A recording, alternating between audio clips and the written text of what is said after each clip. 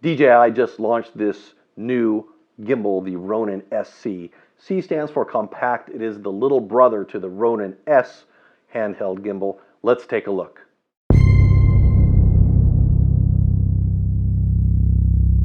Okay, DJI did not send me this unit. This is bought with my own money. I wanted to sit down with this video and share with you my experiences using this particular setup for the last almost a week. Now, if you follow my channel, you've heard me say many times before, there's no such thing as a perfect product, and this is no exception. Every design is a compromise, and there were some compromises made here, and I'm going to kind of point those out. Let's tell you what, let's get the bad news out of the way first, so we can go on to explore the things that this gimbal does really, really well. If you saw my unboxing video, I'll send a link for that if you haven't. One of the things I complained even before I opened this thing up was DJI in using these closed cell foam cases that don't have a plastic outer shell, a hard outer shell. Anybody that's got a DJI Phantom knows what I'm talking about. These are not going to hold up to enthusiasts, hobbyists, much less any professional shoot you're at. These are going to get scratched and gouged and busted apart just because they don't have the protection of an outer shell. This thing's also very cheaply made. The latches here are really cheap. I hope you can hear that. The hinge is just a bent piece of plastic. I don't know how many open and closings before that's going to start to split and fall apart. So don't really like the case. When you open it up, the very first thing I noticed about it too is there's no place for a second battery. Almost all the DJI cases before at least had room for you to put a second battery, and nobody's going to take this out on a pro shoot without a second battery to be able to swap out and continue shooting. So that's a real short-sightedness. I know they wanted to keep the size really small, but man, that really kills it. Continuing on with my complaints about this case, while everything is packaged really nicely and separated, you could probably tumble this down a mountain and it would be perfectly fine. Everything does come completely separate. So the battery grip comes separate from the head, comes separate from the little extension arm slash table tripod. We'll talk about that in a second. But case in point, if you wanted to use the focus pulling motor that comes in the Pro kit, you've got this riser plate, and then you've got this crossbar, and then you've got this rail, and that's what the focus motor connects to, and then you've got this USB adapter, splitter, hub, whatever you want to call it. All these things have to be cobbled together using a combination of screws and Allen wrenches to put that together to even begin to put that on your rig. That's just unacceptable for a pro shoot where you really need to be able to unpack, load, test, and go in just a matter of minutes.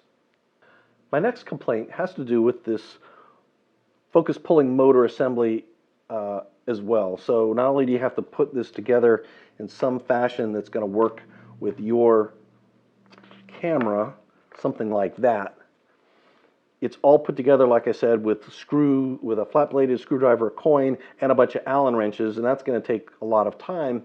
And at least with my GH5, I could not find any configuration of putting this together. Of course, you can cobble it together in different ways, but I couldn't find any combination that didn't block the battery door. In order to use this kit and to swap a battery, I have to pull the entire assembly, quick release plate, riser plate, this assembly off. I have to disconnect the quick release plate from this, then I have to unscrew this from the bottom of the GH5, then swap out the battery, then put all that back together again. So what should be a 10-minute quick drop and snap battery swap turns into like a half an hour process. So that's not exciting for me. I'm going to take this motor kit and I'm going to put it aside for now. I just don't have time to mess with it. I honestly don't need this part of it right now, and we'll talk about that in a little bit. The next thing I want to mention is the smartphone holder. Now, it's not as beautiful and elegant as that machined metal one that came with the Osmo, but that's okay, I guess, because it is a little bit more practical.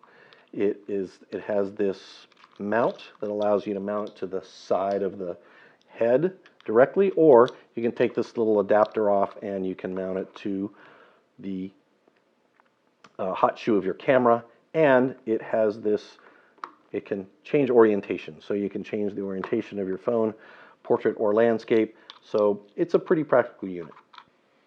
All right, putting this thing together out of the box is really pretty simple. You slide the battery grip below the head. If you want, you can add the extension arms / tabletop tripod, and there you go. It's pretty easy to get that far. Here's a gripe. I bought this accessory, they call it a cheese board. Basically, it's an adapter that allows you to connect other quarter 20 and M4 screwed accessories. When I shoot, I like to sometimes have a shotgun mic or maybe a light kit mounted to this thing, depending on the type of shoot, the event. So I thought this was great. It connects over here on this side of the head, and as you can see, there are 3 sets of screw holes for you to mount this either forward, centered, or back. Now, if you mount it centered or back, this cheese board gets in the way of the power button. I can't get my big fat fingers in to turn this on or off or to disable the motors to save battery. The only location I can mount it is forward, but when I mount it forward, that dumb case I was telling you about has no slot in it for this to rest, which means I'd have to take this plate on and off every time if I were going to use that dumb case. Again, that's a problem with the case, or maybe it's a problem with the design of this cheese board. I'm not exactly sure. And then the last gripe, and I'm going to go on to the good stuff, it has to do with the batteries. Now, the battery life seems pretty good. I'll talk about that more in a minute, but the batteries have no charging port directly on them, and there's no like little charging block I can snap this into to charge it. The only way you can charge this is on the head and through this USB port right here. That means you've got to have enough batteries to make it to the end of the shoot. You can't just swap out a battery, throw one on charge while you're using this one and swap them back and forth. Nope, you've got to use the head in order to charge the battery. Now, I'm hoping DJI will get smart and come up with some little overpriced little plastic block that'll slide in here and let you charge these offline, so to speak. But at the moment, you're kind of stuck. Okay, with that bad news out of the way, let's start talking about the things that really shine in this new gimbal. The first I want to mention is build quality. It feels really, really well made, just as well made as its bigger brother, the Ronin-S, while being 40% lighter. It's only 1.1 kilogram, so it makes hand holding this with a single hand, even with a couple kilograms of camera on it, very usable for more than a few seconds. With the Ronin-S, I found very quickly I needed to switch to a two-handed mode to be able to continue shooting. And this one, actually, you could vlog with this, you could walk down the street, you can hold other products in hand for quite a while before you get fatigued, while still, again, at no time feeling cheap. Battery life is reported to be up to 11 hours, about 2.5 hours if you're using the motors actively. I'd say that's pretty good for my limited experience. For example, I did a 2-hour ping pong tournament shoot, and about an hour of that I was actively using the motors. At the end of that, we'll call it an hour of active using this gimbal. The power indicator said I was somewhere between 50 and 75% power. So extrapolating that out, at least with a brand new battery and the experience so far I've had with it, I'd say that DJI's numbers are on point. On the Ronin-SC, DJI managed to add these axis locks on all 3 axes. So if you're walking around from one set to the next or carrying this in a bag on location, you can lock this in place. You can sling it over your shoulder, and as you can see, it's not wobbling around back there. That's very nice for transporting. It also makes balancing the camera on the gimbal a whole lot easier. You can lock these all back into place. There you go, like that. And then you can balance one axis at a time. That makes the whole balancing the camera on the rig a whole lot faster and easier. I've only done this about a dozen times on different gimbals, and so I don't have a huge amount of experience, but I did find balancing this GH5 with this 12 to 35 lens on here only took a few minutes playing around with it, and now I've got settings that I can dial in and recreate using the little indicators here on there. Connecting your camera to the Ronin is very easy as well. It works exactly like the Big Brother. You've got this USB port right here on the first arm. I'm going to wrap that around the front just to save myself a little space, and plug that into the USB-C port on the back of the side of the camera. That's all there is to hooking those two up. Now when I power on the Ronin-SC and I power on my camera, the camera says, hey, I am connected to something. How do you want me to deal with it? I'm going to select PC Tether Mode. That'll allow me to not only get focus and trigger, but it'll also allow me to use this really nice focus pulling dial to pull focus on an autofocus motor without the need of that dorky external motor. So this is very nice. I can use this to pull focus when I want to, even on an autofocus lens. So good on you, DJI, for making that Ronin-S focus pulling wheel an option on the standard kit or included in the Pro kit. If you watch my unboxing video, you'll remember that I bought the extra Panasonic camera cable.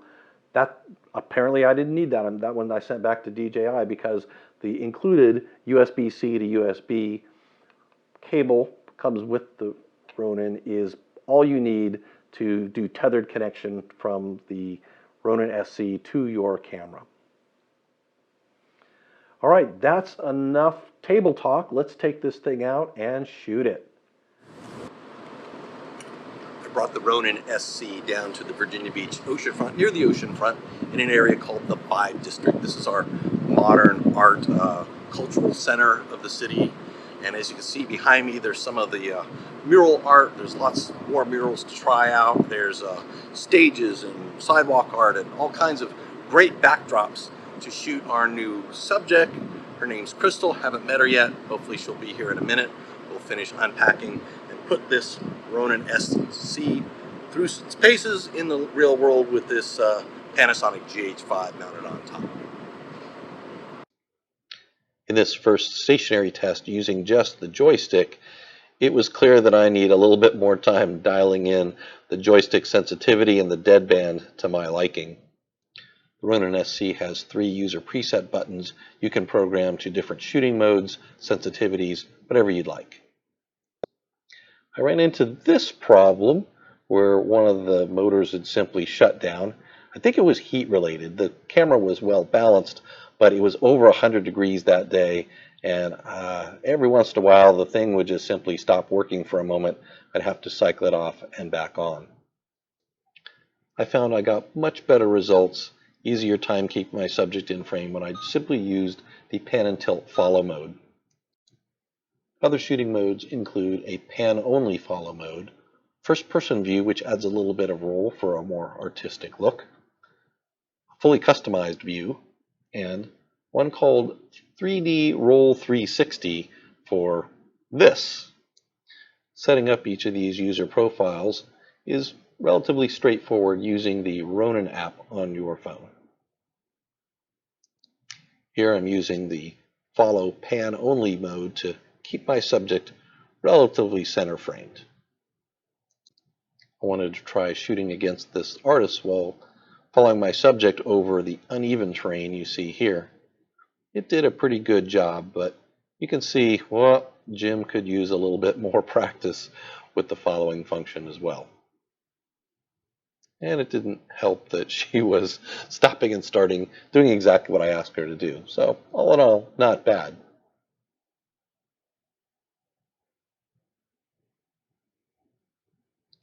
Thanks again, Crystal, for coming out and shooting with us today. Hope to get you in the studio soon. It was a pleasure meeting you.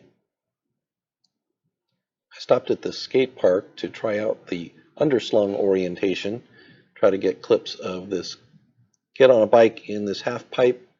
As you can see, first I could have used a wider lens. The bright light Made it really difficult to read the back of the display on my camera and keep this guy in track. As you can see, I was struggling a bit. That's not the Ronin's fault. That was just me not being able to see what was going on in the back of the camera and just sort of guessing it.